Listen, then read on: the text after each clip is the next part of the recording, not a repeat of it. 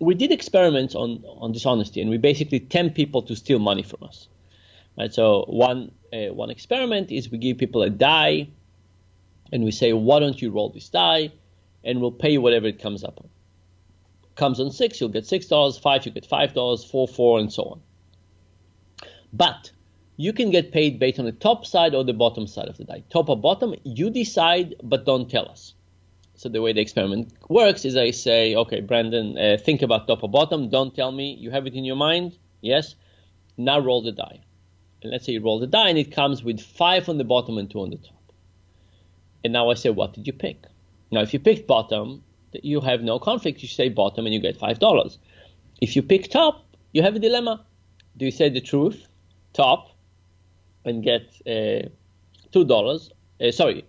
Or do you lie and say 5, right? So if you pick the low side, what do? Now, in the experiment, we get people to do it 20 times. And in 20 times, what you would expect is people half the time will choose the high side and half the time will choose the low side. But as it turns out, people are extra lucky.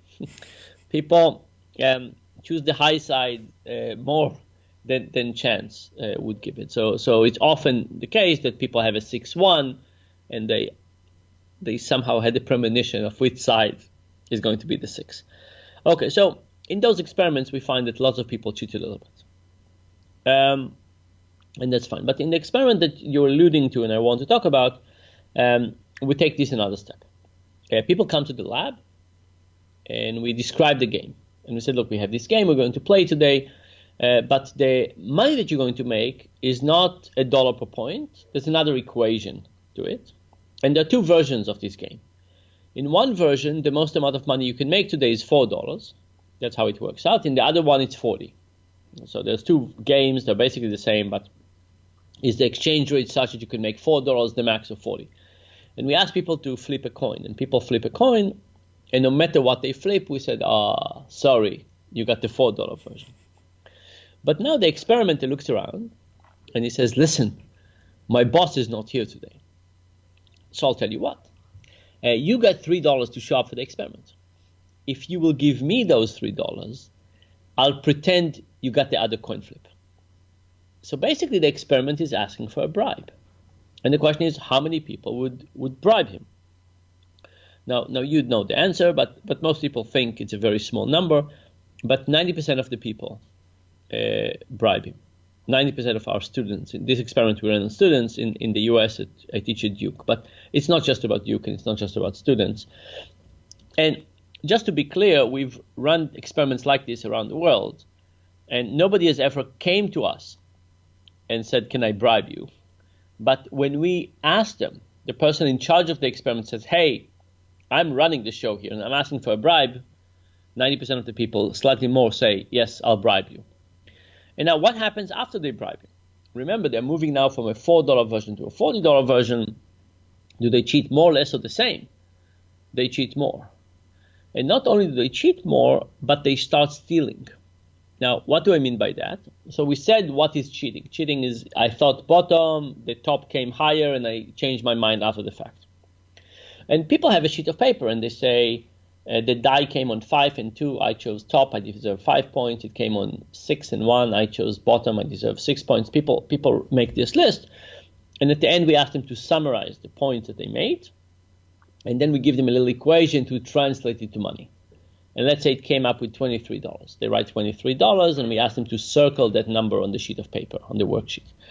Now, at that point, we could pay them $23, but instead what we do is we give them an envelope with $50. And we say, here's an envelope with $50. Pay yourself the amount of money you deserve. The amount of money you don't deserve, leave in the envelope. And as you leave the room, there's a big box with envelopes. Drop it there. So now people have 2 types of opportunities to be dishonest. They can say top or bottom, and we call this cheating. But they can also write $23, circle it, and take 24, 25, even 50. And in general, we find that people cheat but don't steal. We find that people, in the imaginary world in which they could say, oh, I really meant top, I really meant bottom, they cheat. So that's the but cheating. When they write, that's right. But when they write $23, they don't take 24, 25 or higher number. But the experiment I just described to you, the corruption experiment, is the first time that we saw stealing as well, right? And this goes back to the effect of the leader, right? Where you say the person in charge of the system said, here corruption is okay. And the amazing thing was how quickly people changed. People needed one exposure to a corrupt leader in that environment, and very quickly they changed their mind.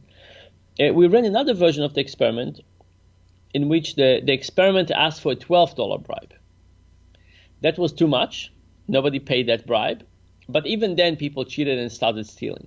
So it's not that you have to pay the bribe. You just have to understand that the system is corrupt.